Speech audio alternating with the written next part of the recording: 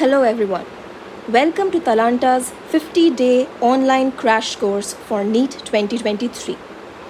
আজকে থেকে আমরা একটা ইউনিক 50-day সিরিজ কন্টিনিউ করতে চলেছি, যেখানে প্রত্যেক দিন বটানি এবং জুওলজির বিভিন্ন চ্যাপ্টারের ওপর আমরা এমসিকিউস প্র্যাকটিস করব, একসাথে সলভ করব এবং এই কোয়েশ্চেন্সগুলোর থ্রু দিয়ে আমরা একটা কুইক রিক্যাপ করে নিতে পারবো before appearing for the NEET 2023. যে set of questions-গুলো I'll be sharing with you, these questions will allow you to have a quick revision of the entire chapter. যদি প্রত্যেক দিন অত্যন্ত কনসেন্ট্রেট করে এই কোয়েশ্চেন্সগুলো আমরা সলভ করতে থাকি টুগেদার, তাহলে this would ensure a pretty good result in the NEETs. তাহলে আজকে day 1-এ let us begin with the first chapter, the living world, in the botany syllabus for NEET 2023. এখানে আমরা 10খানা এমসিকিউস সলভ করতে চলেছি, যে এমসিকিউসগুলো প্রিটি কমন আমাদের নিডসে। তো let's begin. First কোয়েশ্চেনটা বলছে, study of number of chromosomes for resolving difficulties in classification is used in. তাহলে দ্য কোয়েশ্চেনটা বলতে চাইছে যে আমরা ক্লাসিফিকেশনের সময় কোনো রকম ডিফিকাল্টিস এলে সেটাকে রিজলভ করার জন্য যখন ক্রোমোজোম কাউন্ট করি বিভিন্ন অর্গ্যানিজমসের মধ্যে, তাদেরকে ক্লাসিফাই করার জন্য, সেই পার্টিকুলার স্টাডিটাকে কী বলে? Option A chemotaxonomy, option B morphotaxonomy, option C cytotaxonomy, option D biochemical taxonomy. তো বেসিক্যালি এই জিনিসটা মনে রাখাটা খুব সহজ। যেহেতু ক্রোমোজোমস থাকে আমাদের সেলে, আমাদের সেলের নিউক্লিয়াসের মধ্যে, সেই জন্যে এই পার্টিকুলার স্টাডিটা would be related to the cell. সেলের সায়েন্টিফিক টার্ম কি? সাইটো। তো সেই জন্যে এই পার্টিকুলার ব্রাঞ্চ অফ ট্যাক্সোনমিটাকে বলা হয় cytotaxonomy. Okay, moving on. The book Systema Naturae was written by, এটা একটা থিওরিটিক্যাল কোয়েশ্চেন যেটা আমাদেরকে অবভিয়াসলি মনে রাখতে হবে, মেমোরাইজ করতে হবে।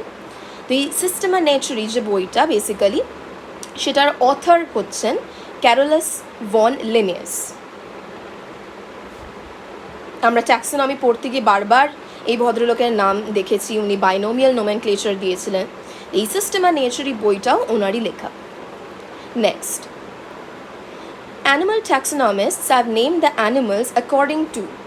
যখন অ্যানিমাল ট্যাক্সোনমিস্টরা অ্যানিমালসদের নামকরণ করেন, তখন বেসিক্যালি তাদের একটা সেট অফ রুলস ফলো করতে হয়। তো সেই সেট অফ রুলসগুলো যে particular code of কন্ডাক্টটা lay down করে, সেটার নাম কি এখানে জানতে চাওয়া হয়েছে।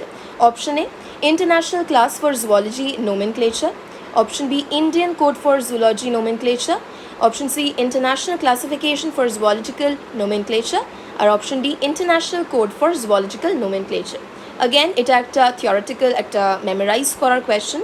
আমাদের সবসময় মাথায় রাখতে হবে যে it is an international code. International class বলে কিছু হয় না, কারণ আমরা যখনই কোনো রুল দেখি, কোনো রুল বুক ফলো করি, সেই রুল বুকটার নামটা সবসময় কোড দিয়ে মেনশন করা থাকে। তো it is an international code. যেহেতু অ্যানিমালস নিয়ে ডিল করছি, সেই জন্যে অ্যানিমালসদের নোমেনক্লেচারকে আমরা কী বলবো? Zoological nomenclature.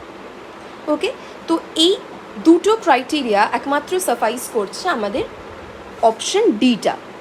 তাহলে the correct answer is international code for zoological nomenclature. Next, most names in biological nomenclature of living organisms are taken from which language? আমরা যখন নোমেনক্লেচারের রুলসগুলো পড়েছিলাম, তখন দেখেছিলাম যে ইচ্ছে করে এই বায়োলজিক্যাল নেমিং সিস্টেমটাকে এমন একটা ভাষায় করা হয়েছে যে ভাষাটা এখন আর খুব একটা ইউজ হয় না, যে ল্যাঙ্গুয়েজটা ডেড হয়ে গেছে, যাতে সেই ল্যাঙ্গুয়েজটাকে আবার রিভাইভ করানো যায়, সেই জন্যে এই নেমিং সিস্টেমটাকে ওই ল্যাঙ্গুয়েজে করা হয়। And that language is Latin. আমরা যত রকমের সায়েন্টিফিক নেমস দেখি অ্যানিমালসের, প্যান্থেরা টিগ্রিস হোক, ম্যাগনিফেরা ইন্ডিকা হোক, এই সমস্ত বায়োলজিক্যাল নেমসগুলো ল্যাটিন ভাষায়। Next, which one of the following has the least similar characters? এখানে 4 রকম ট্যাক্সনের নাম দেওয়া হয়েছে, তাদের মধ্যে বলা হয়েছে যে কাদের মধ্যে সিমিলারিটি সবচেয়ে কম। তো এই পার্টিকুলার কোয়েশ্চেনগুলো আমাদেরকে সলভ করার সময় মাথায় রাখতে হবে যে সবচেয়ে কম সিমিলারিটি থাকবে সেই গ্রুপগুলো, সেই ট্যাক্সনগুলোর মধ্যে যেগুলো হায়ারার্কিতে সবচেয়ে ওপরে। ওকে, তাহলে এখানে আমরা যদি হায়ারার্কিটা দেখি, ট্যাক্সোনমিক হায়ারার্কিটা, তাহলে আমাদের ফার্স্টে আসে কিংডম, তারপরে আসে ফাইলাম, তারপরে আসে ক্লাস। তাহলে এখানে যে অপশনগুলো আমাকে দেওয়া, ফ্যামিলি, ক্লাস, জেনাস অ্যান্ড স্পিশিস, তার মধ্যে ক্লাস হচ্ছে the highest ট্যাক্সন, the ট্যাক্সন which is the highest in hierarchy. তাহলে এর কারেক্ট আনসারটা হচ্ছে class. Next, the ascending or descending arrangement of taxonomic categories is called as, আমরা এইমাত্র আগের কোয়েশ্চেনটাতেই যেটা নিয়ে ডিসকাস করলাম, যে এই অ্যারেঞ্জমেন্টটা ট্যাক্সনগুলোর ascending বা descending অর্ডারে, সেটাকে কি বলা হয় বেসিক্যালি? ক্লাসিফিকেশন নয়, বিকজ ক্লাসিফিকেশন মানে হচ্ছে আমি জাস্ট ক্লাসিফাই করছি অর্গ্যানিজমসগুলোকে ভেরিয়াস ট্যাক্সনে। ট্যাক্সোনমি নয়, বিকজ ট্যাক্সোনমি হচ্ছে এই এন্টায়ার সিস্টেমটা যেখানে আমরা ক্লাসিফাই করছি, নেম করছি, একটা স্টাডি। বেঁচে থাকছে হায়ারার্কি অ্যান্ড কি হচ্ছে একটা ট্যাক্সোনমিক এড, যেটা আমাকে ট্যাক্সোনমিক্যাল স্টাডিজে হেল্প করছে। তাহলে যে পার্টিকুলার ওয়ার্ডটা পড়ে থাকছে সেটা হচ্ছে হায়ারার্কি। সো হায়ারার্কি মানে আমরা কি বুঝি সবসময়? এমন একটা অ্যারেঞ্জমেন্ট, এমন একটা রিপ্রেজেন্টেশন যেটা আমাদেরকে একটা প্রায়োরিটি অর্ডার বুঝতে সাহায্য করে। তো এখানেও সেমভাবে ট্যাক্সোনমিক ক্যাটাগরিজগুলোর প্রায়োরিটি অর্ডারটা বোঝার জন্যে যে পার্টিকুলার অ্যারেঞ্জমেন্ট আমাদের সাহায্য করে সেটাকে আমরা বলি ট্যাক্সোনমিক হায়ারার্কি। তাহলে the correct option is C, hierarchy. Okay, next, species is option A, population of individuals having same genotypes and phenotypes. আমরা যখন স্পিশিসের কথা বলি তখন পার্টিকুলারলি যদি প্রত্যেকটা স্পিশিসের জেনোটাইপ সেম হয়, ফিনোটাইপ সেম হয়, তাহলে সেগুলো বেসিক্যালি উইল বি ক্লোনস। যে অর্গ্যানিজমগুলোর জেনোটাইপ সেম, ফিনোটাইপ সেম, সব সেম, সেগুলো বেসিক্যালি উইল বি ক্লোনস। তো species are not clones. Next হচ্ছে a group of individuals inhabiting a geographical area. একটা জিওগ্রাফিক্যাল এরিয়ার মধ্যে অনেক ধরনের অ্যানিমালস থাকতে পারে, হাতি থাকতে পারে, বাঘ থাকতে পারে, সেই এরিয়ার মধ্যে গাছও থাকতে পারে। তা বলে কি গাছ, হাতি এবং বেড়াল এরা তিনজনে এক স্পিশিস? না। তাহলে জিওগ্রাফিক্যাল এরিয়াটা is not an important factor. Group of ইন্টারব্রিডিং populations, তার মানে একটা গ্রুপ অফ অর্গ্যানিজম যারা নিজেদের মধ্যে মেট করতে পারে, এইটাই হচ্ছে the exact definition of species so far. আর অপশন ডি বলছে পপুলেশন অফ ওয়ান টাইপ। একটা পপুলেশনের মধ্যেও কিন্তু যে সবসময় একই ধরনের স্পিশিস থাকবে তা না, ক্লোজলি রিলেটেড স্পিশিসও অনেক সময় একই পপুলেশনের মধ্যে থাকে। So the correct answer is a group of interbreeding populations. Next, a taxon with reference to classification of living organisms can be defined as, অর্থাৎ আমরা একটা ট্যাক্সনকে কীভাবে ডিফাইন করব? a group of similar genera, তার মানে কি যে একটা জেনাসের মধ্যে যে সমস্ত অ্যানিমালস আছে তাদেরকে আমরা শুধু একটা ট্যাক্সন বলবো তা নয়, আমাদের শুধুমাত্র জেনাস ছাড়া আরও অনেক ট্যাক্সনস রয়েছে।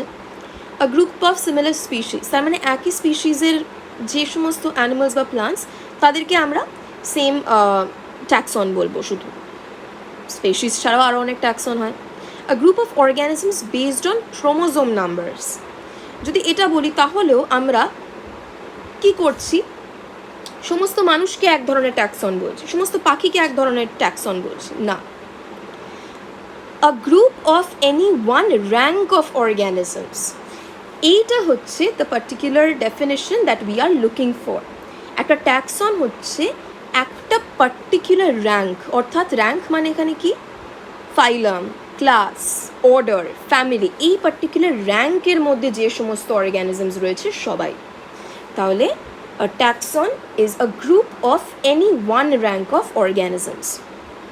Next, no non-living object is capable of reproduction or replication by itself.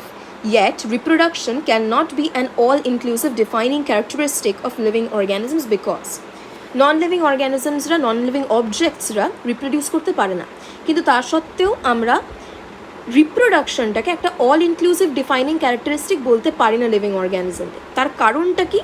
অপশানে অর্গ্যানিজমস like mules do not reproduce. আমরা জানি মিউলসটা বেসিক্যালি একটা ক্রস ব্রিড অ্যানিমাল, তো ও সেই জন্যে রিপ্রোডিউস করতে পারে না। নেক্সট হচ্ছে it brings about variation in offsprings. আমরা জানি রিপ্রোডাকশন ভেরিয়েশন আনে অফস্প্রিংয়ে, কিন্তু তা বলে যে আমরা রিপ্রোডাকশনকে একটা অল ইনক্লুসিভ ক্যারেক্টারিস্টিক ধরবো না তা নয়। Clones are blueprints of their parents, ঠিক আছে, কোনো অসুবিধা নেই। ক্লোনসরা এক্স্যাক্টলি তার পেরেন্টকে একদম রিজেম্বল করে, কিন্তু সেটা মানেও যে আমরা রিপ্রোডাকশনকে ডিফাইনিং ক্যারেক্টারিস্টিক ধরবো না তা নয়। ড্রোনস আর প্রডিউসড পার্থেনোজেনেটিক্যালি, ঠিক আছে, ড্রোনসরা পার্থেনোজেনেসিসের থ্রু দিয়ে তৈরি হয়, কিন্তু তার সত্ত্বেও আমরা কিন্তু হানি বিজদেরকে নন রিপ্রোডিউসিং গ্রুপের মধ্যে ফেলি না।